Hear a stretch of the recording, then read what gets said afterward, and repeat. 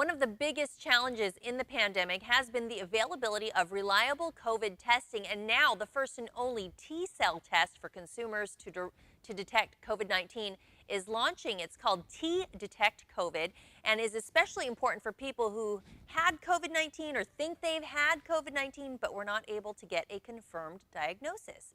Joining us now, our Chief Medical Officer, Dr. Lance Baldo, who developed the test along with Diana Barrett, founder of Survivor Corps, to discuss this breakthrough test. Good morning. Thanks so much for having us. Dr. Baldo, we're going to start with you. Tell us about the new test and why is it significant? So first, the team at Adaptive Biotechnologies with offices in Seattle and here in California as well are really excited that just this past Friday, the FDA issued what's called an emergency use authorization for T-Detect COVID. So this is a test, the first clinical test for patients that's looking at T cells. So reading T cells like a fingerprint to figure out whether or not you had a particular disease. In this case, did you have recent or past COVID-19? More information and the ability to order the test is all at t-detect.com.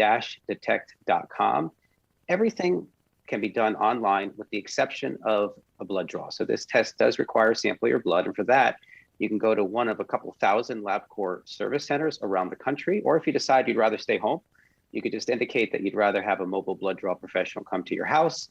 And then about 7 to 10 days later, you get an email saying that your result is ready. You log into a secure portal, and then you'll get a result that will tell you you either did or did not have COVID-19 in the past based on T cells, based on reading a fingerprint of T cells to see whether or not you had those that were more common or more specific for COVID-19. Very interesting. Diana, how does this test help people who suspect that they have had COVID?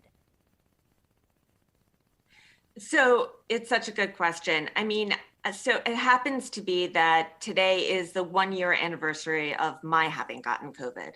And I had to fight tooth and nail to get tested. And I was one of the only people in New York at that time who was able to secure a test.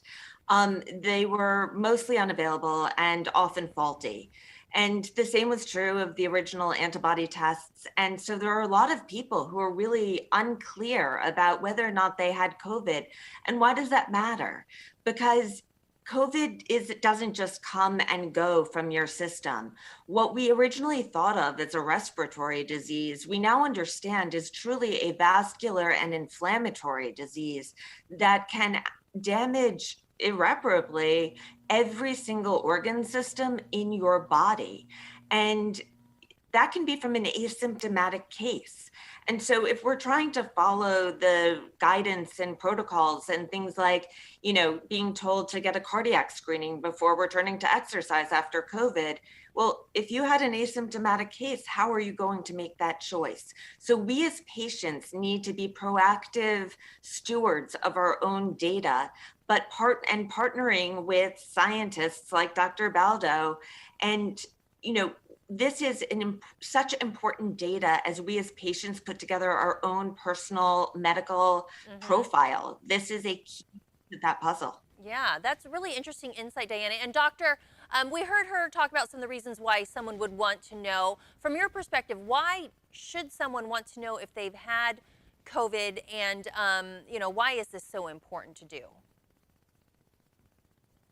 Aubrey, we're a year into the pandemic and we're still learning a lot about what it means to have had COVID-19 in the past. And really the only way that you can know if you need to consider what the long-term sequelae might be, the long-term consequences might be, is if you establish that history of having or not having had COVID-19. And T-Detect COVID is one way that we can do this by looking at T cells to predict and to be able to diagnose those who in the past have had COVID-19. Doctor, any estimates of how many people may have had COVID that we don't know?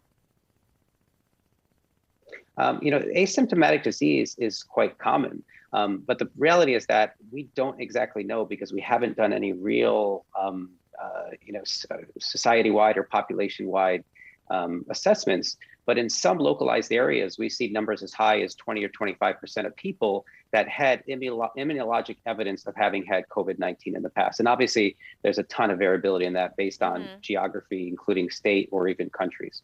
All right, very interesting stuff. For more information on this COVID testing, you can visit t-detect.com. This interview involves commercial content. The products and services featured appear as paid advertising.